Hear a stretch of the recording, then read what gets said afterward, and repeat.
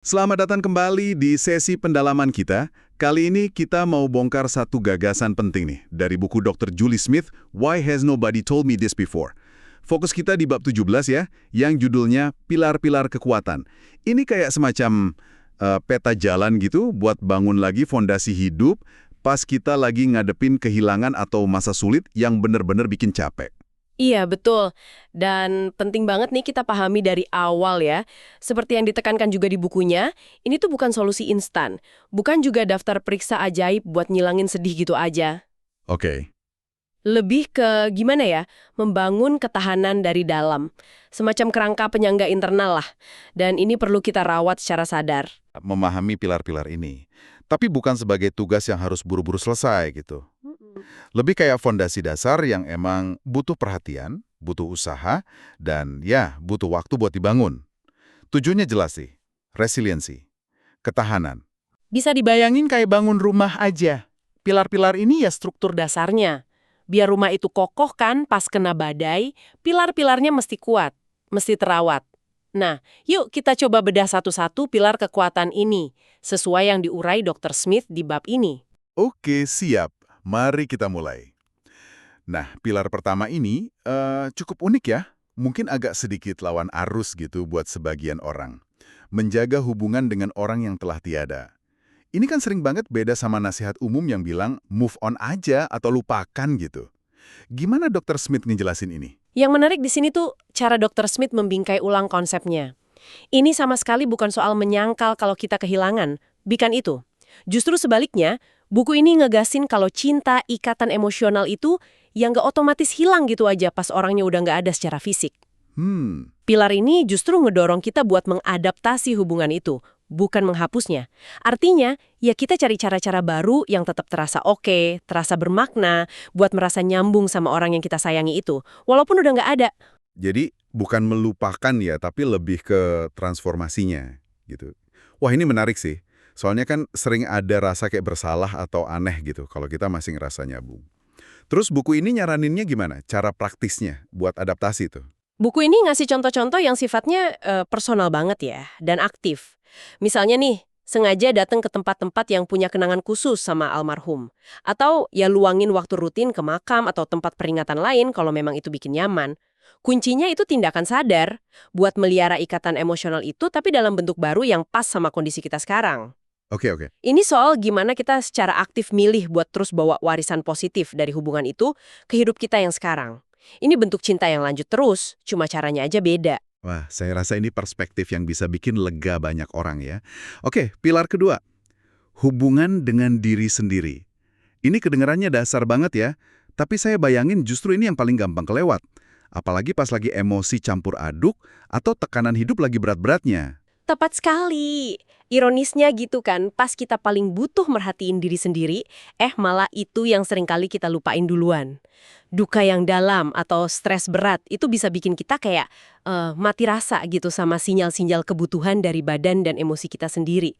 Nah, Babul 17 ini nekenin banget betapa pentingnya buat secara aktif dengerin.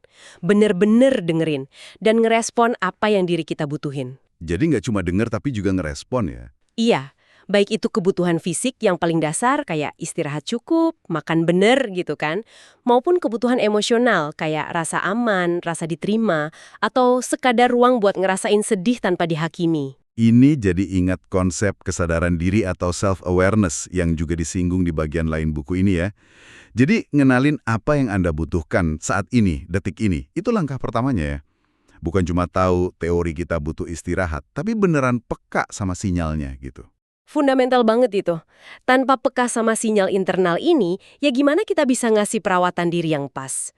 Pilar ini ngajak kita buat berhenti bentar deh, terus tanya ke diri sendiri. Sebenarnya aku ngerasain apa sih? Butuh apa sekarang? Capek fisik?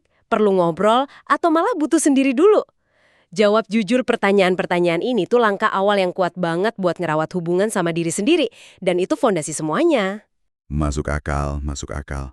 Lanjut, pilar ketiga. Hubungan dengan dunia luar.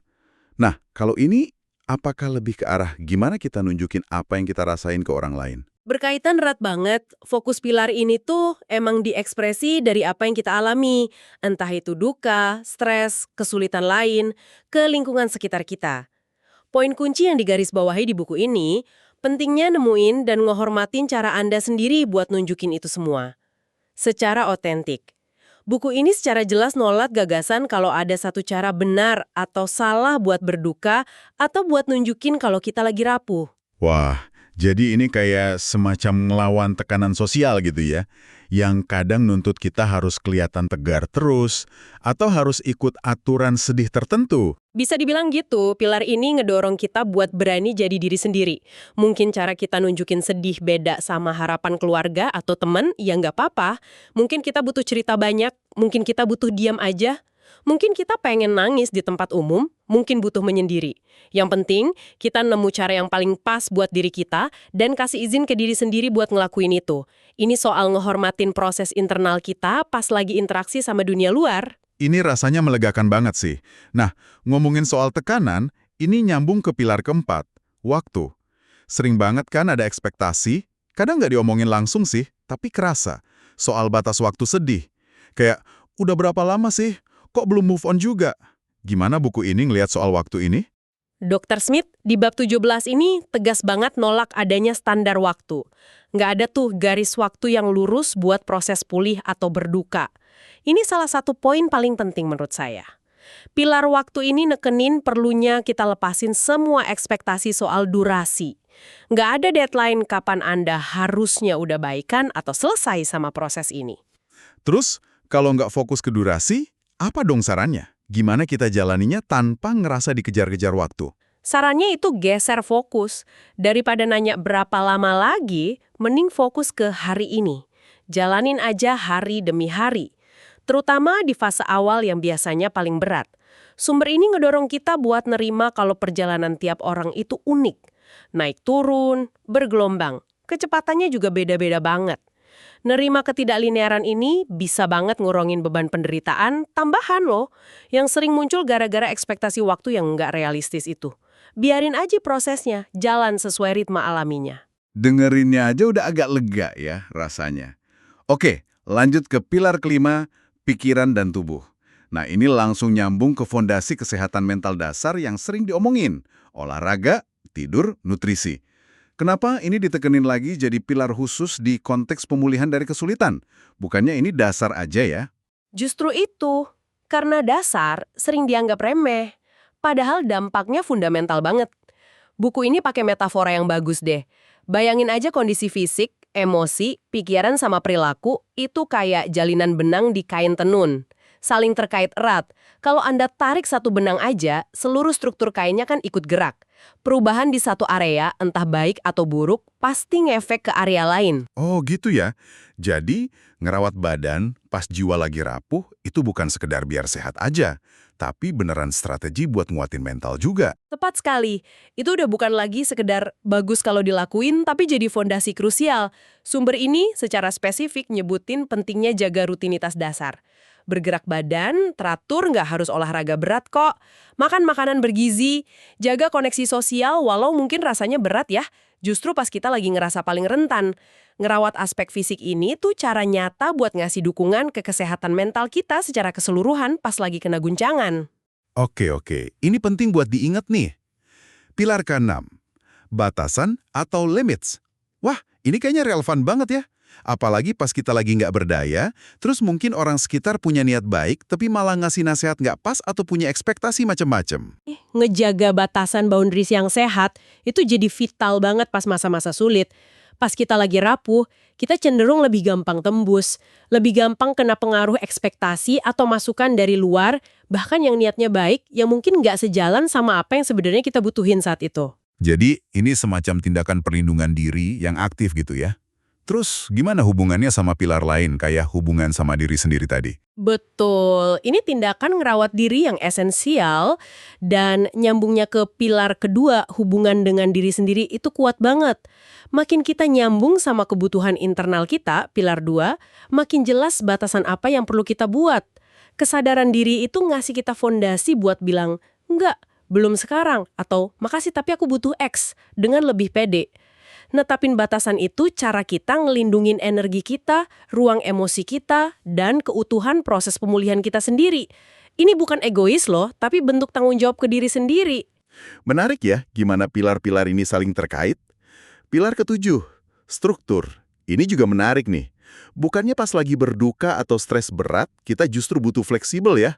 Bukan kaku sama struktur. Gimana buku ini menyeimbanginya? Yaitu secara alami butuh campuran dua hal, prediktabilitas, nah ini bisa didapat dari adanya struktur atau rutinitas, dan fleksibilitas. Fleksibilitas itu ruang buat bisa ngerespon kebutuhan dan emosi yang berubah-ubah, yang sering nggak terduga kan pas lagi masa sulit.